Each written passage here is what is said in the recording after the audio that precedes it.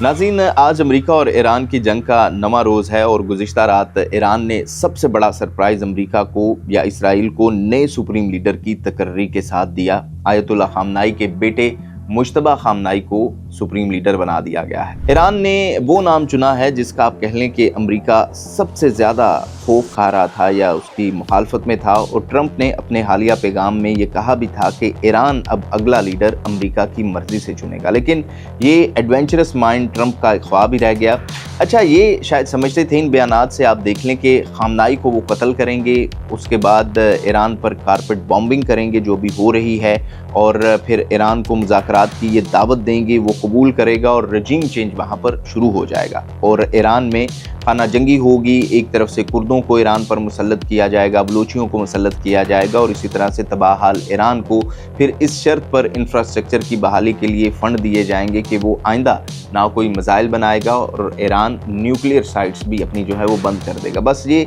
इतना सा काम सोच रहे थे कि ये ऐसे होगा और इस तरह से ये सारी चीज़ें हो जाएंगी। मुज्तबा खामनाई को सुप्रीम लीडर बनाने के बाद ट्रंप से जब ये सवाल पूछा गया तो उन्होंने बड़ा ही मुख्तसर सा जवाब दिया, खामोशी ही दिखाई कि देखते हैं जी कि क्या होता है। लेकिन ट्रंप ने ये भी कहा था अपने साबिका बयान में कि अगर कोई भी सुप्रीम लीडर इनकी मर्जी के बगैर आया तो वो ज़्यादा देर तक चल नहीं सकेगा। अब मुज्तबा खामनाई को सुप्रीम लीडर बनाने का मकसद एक तो ईरान का ये हो सकता है कि ट्रंप को ऐसी सूरत हाल में एक सख्त जवाब दिया जाए कि खामनाई वापस आ चुका है, और दूसरा मुज्तबा खामनाई अपने वालिद की लेगेसी को लेकर चलेंगे। इनकी पूरी फैमिली जो है वो अमरीकी हमले की नज़र हो चुकी है, तो बड़ा मुश्किल है कि अमरीका को कोई स्पेस मिले नए सुप्रीम लीडर की तरफ से। इसके अलावा जी, अमरीकी फ़ौजियों के ताबूत वापस पहुँचना शुरू हो चुके हैं इनके मुल्क में। कल 6 अमरीकी फ़ौजियों के ताबूत जब अमरीका पहुँचे तो अमरीकी सदर ट्रंप भी वहाँ पर मौजूद थे, लेकिन इसके बाद कल से 2 मज़ीद अमरीकी फौजी अभी तक हलाक हो चुके हैं। इनमें एक फौजी तो वही था जो कि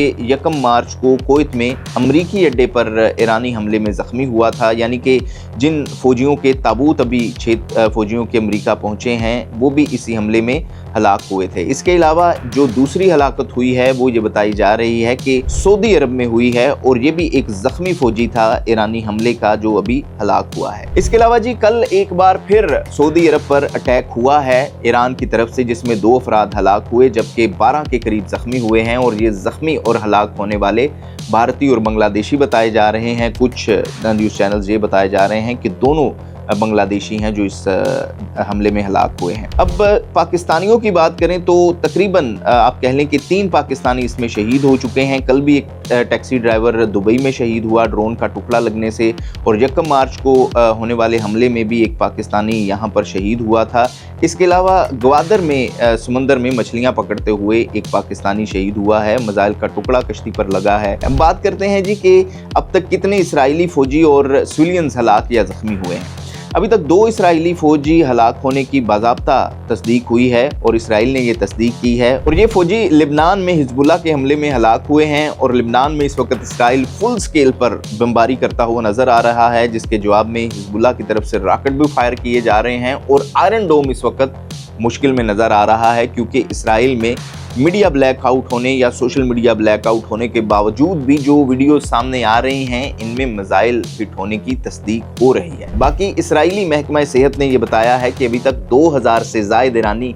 हमलों के मुतासरा जख्मियों को अस्पतालों में पहुंचाया जा चुका है। लिबनान पर इसराइली फ़िज़ाई हमलों में हलाकतों की तादाद 394 हो चुकी है, जबकि 1130 अफराद ज़ख्मी हैं, और ये 4,50,000 से ज़ायद अफराद अभी तक जो हैं वो बेघर हो चुके हैं लिबनान में। और लिबनान की वजारत सेहत के मुताबिक इसराइल की जानिब से इस हफ्ते के आगाज़ से मुल्क पर हमलों के बाद कम अज़ कम 394 अफराद हलाक, और वज़ीर सेहत ने यह बताया कि हलाक अफराद में 83 बच्चे शामिल हैं, 42 ख़वातीन शामिल हैं, जबकि इस दौरानिए में कम अज़ कम 1130 अफराद ज़ख्मी भी हुए, जिनमें 254 बच्चे और 274 ख़वातीन शामिल हैं। बाकी बैरूत में इसराइल की जानिब से अंधाधुंध बमबारी इस वक्त भी जारी है, और शहरी आबादी को बेपनाह नुकसान पहुंचाया जा रहा है, अपना गजीन कैंपों को भी नहीं छोड़ा जा रहा। और यही कुछ सूरत हाल है इस वक्त तेहरान में भी, जहां पर 2 ऑयल रिफाइनरीज को निशाना बनाया गया था कल, जिसके बाद शहर में केमिकल बारिश होने की तवक्को है। इसके अलावा जी ये मंजर बड़ा खौफनाक था जब ऑयल रिफाइनरीज का तेल जो है वो सीवरेज लाइनों में या पानी की सप्लाई लाइनों में दाखिल हो गया और शहर की सड़कें उस वक्त फिर धमाके से फट उठी। ये फुटेजेस इस वक्त सोशल मीडिया के ऊपर वायरल हैं। बाकी इसराइल ने तेहरान में वाटर फिल्ट्रेशन प्लांट्स को भी निशाना बनाया है, क्योंकि हम जानते हैं कि अरब ममालिक ज्यादातर पीने वाला पानी समंदर से हासिल करता है और इसराइली अब पानी के ज़खायर या फैसिलिटीज को हदफ बना रहे हैं। इसी तरह फिर जवाब में ईरान ने भी बहरीन में एक प्लांट को निशाना बनाया और ये जंग अब कह लें कि एक नई सिमत में चल पड़ी है, जिसमें खास तौर पर इसराइल और अमरीका ना तो कोई इखलाकियात बाकी छोड़ रहे हैं, ना ही कोई जंगी कवानीन छोड़ रहे हैं जिनकी इन्होंने अभी तक खिलाफ वर्जी नहीं की हो। अब क्योंकि ईरान के पास भी जवाज़ है, तो जिस तरह से बहरीन में वाटर फिल्ट्रेशन प्लांट्स को निशाना बनाया इसने, इसी तरह वो इसराइल समेत अरब ममालिक के ऑयल स्टोरेज और रिफाइनरीज को भी निशाने पर ले सकता है। इसके अलावा जी इसराइल क्योंकि आज़रबाईजान से पाइपलाइन के थ्रू तेल लेता है, तो हो सकता है कि ये अहदाफ भी ईरान की फहरिस्त में शामिल हों। इससे भी आप कह लें कि गुरेज नहीं किया जा सकता। बाकी ईरान में हलाकतों की तादाद 2000 से तजावुज कर चुकी है। इस वक्त स्कूल, कॉलेज, अस्पताल, सड़कें यानी कि रिहायशी बिल्डिंग समेत फौजी तंसीबात को भी अमरीका और इसराइल चुन चुन कर निशाना बना रहे हैं। वहीं ईरान भी आप कह लें कि ताबड़तोड़ हमले कर रहा है और कल भी ईरान ने 28 से ज़ायद मिसाइलों से जो है वो इसराइल पर वार किया। और अरब ममालिक इस वक्त सिर्फ और सिर्फ ईरान पर ये जोर दे रहे हैं कि इन पर किसी तरीके से जो हमला है वो बंद किया जाए। सऊदी अरब ने यकीन दहानी भी करवाई थी, लेकिन फिर भी वहाँ पर अटैक हो गया। क्योंकि ये कहा जा रहा है कि ईरान में कोई सेंट्रल कमांड नहीं है, तो इन्हें जो भी इंटेलिजेंस मिलती है वो IRGC के छोटे छोटे इंडिपेंडेंट ग्रुप अब बन चुके हैं, वो अब अपनी मर्जी से काम कर रहे हैं। बाकी जी जंग बंदी के लिए दोनों ही मुल्क यानी कि ईरान और अमेरिका तैयार नज़र नहीं आ रहे। जंग में अगर कोई सालसी करवा सकता है तो वो सिर्फ और सिर्फ मेरे ख्याल में रूस है, क्योंकि वो अमरीकी सदर के साथ भी इस वक्त राब्ते में है प्यूटन, और ईरान जो है वो कहीं ना कहीं उनका इत्तेहादी भी है। तो ये सिफारिश जो है वो हो सकता है कि ईरान रूस की मान ले। अब यूक्रेन भी इस जंग में आप कह लें कि सऊदी अरब और अमरीकी फौज की मदद के लिए मैदान में आ चुका है और यूक्रेनी सदर ने ड्रोन कैप्चर करने वाली अपनी खसूसी टीम अमरीकियों और अरबियों को तरबियत देने के लिए वहाँ पर भिजवा दी है, क्योंकि रूस भी ईरानी शाहिद ड्रोन ही इस्तेमाल करता है और यूक्रेन इसे टैकल करने का एक खासा तजर्बा रखता है। बाकी ईरान के जो टारगेट्स हैं वो अभी अचीव हो रहे हैं, ये नहीं कहा जा सकता कि उसके टारगेट अचीव नहीं हो रहे। और इस वक्त इसराइल और अमेरिका पर बेपनाह दबाव है, क्योंकि ख़ास तौर पर रजीम चेंज ऑपरेशन इस वक्त मुकम्मल फ्लॉप हो चुका है, क्योंकि ईरानियों को नए सुप्रीम लीडर के आने के बाद भी खामनाई का नारा नहीं बदलना पड़ा और ईरान में कल रात को जश्न का भी समा था। अब जंग चाहे जितनी मर्जी तवील हो, तेल की कीमतें और बढ़ेंगी, अमरीकी सुपर पावर हर गुजरते दिन के बाद चैलेंजिंग होती जाएगी। ईरान में आप कह लें कि सूरत हाल भी तबाहकुन है, लेकिन ईरान के पास होने को कुछ ज़्यादा नहीं है पहले से ही, और इसराइल को नुकसान भी ज़्यादा हो रहा है, वहाँ भी इमरजेंसी नाफिज है, इंफ्रास्ट्रक्चर तबाह हो रहा है और आवाम के साथ साथ इस वक्त अमरीकी और इसराइली क़यादत भी आप कह लें कि पैनिक कर रही है और वो अपनी ईगो के लिए इस वक्त आप कह लें कि ट्रंप जो है वो पीछे हटने को बिल्कुल तैयार नहीं है और वो किसी भी हद तक जाने को तैयार है। और अब तो अमेरिका जो है वो B-21 बमबार से ईरान पर बम बरसा रहा है और जंग हर गुजरते दिन के साथ साथ अमेरिका के लिए मुश्किल और चैलेंजिंग होती जा रही है। और जहां तक रूस और चीन की बात है, तो रूस और चीन की सपोर्ट इस वक्त ईरान के साथ है। जो इस वक्त क्या सराहियां हो रही हैं वो यही हैं कि ईरान को रूस जो है वो ज़मीनी राब्ते या कम्युनिकेशन फराहम कर रहा है और चीन जो है वो सैटेलाइट टारगेट्स दे रहा है, क्योंकि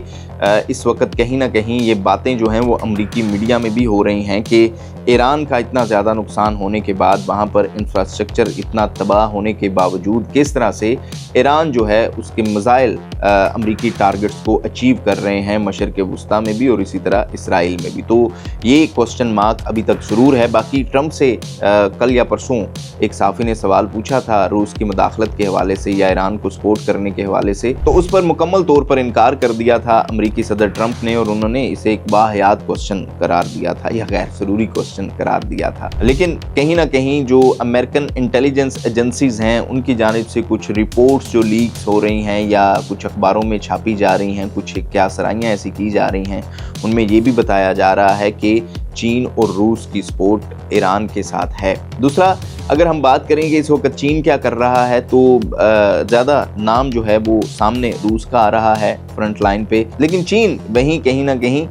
इस जंग से बहुत कुछ सीख रहा है। वो अपने सेटेलाइट से तमाम तर मशरक़ वस्ता के उन ममालिक का मुशाहिदा कर रहा है जहाँ जहाँ पर अमरीकी अड्डे मौजूद हैं, जहाँ जहाँ से अमरीका ऑपरेशन कर रहा है, जहाँ से उसके ड्रोन फ्लाई हो रहे हैं, जहाँ से इसराइल और अमरीका के जहाज़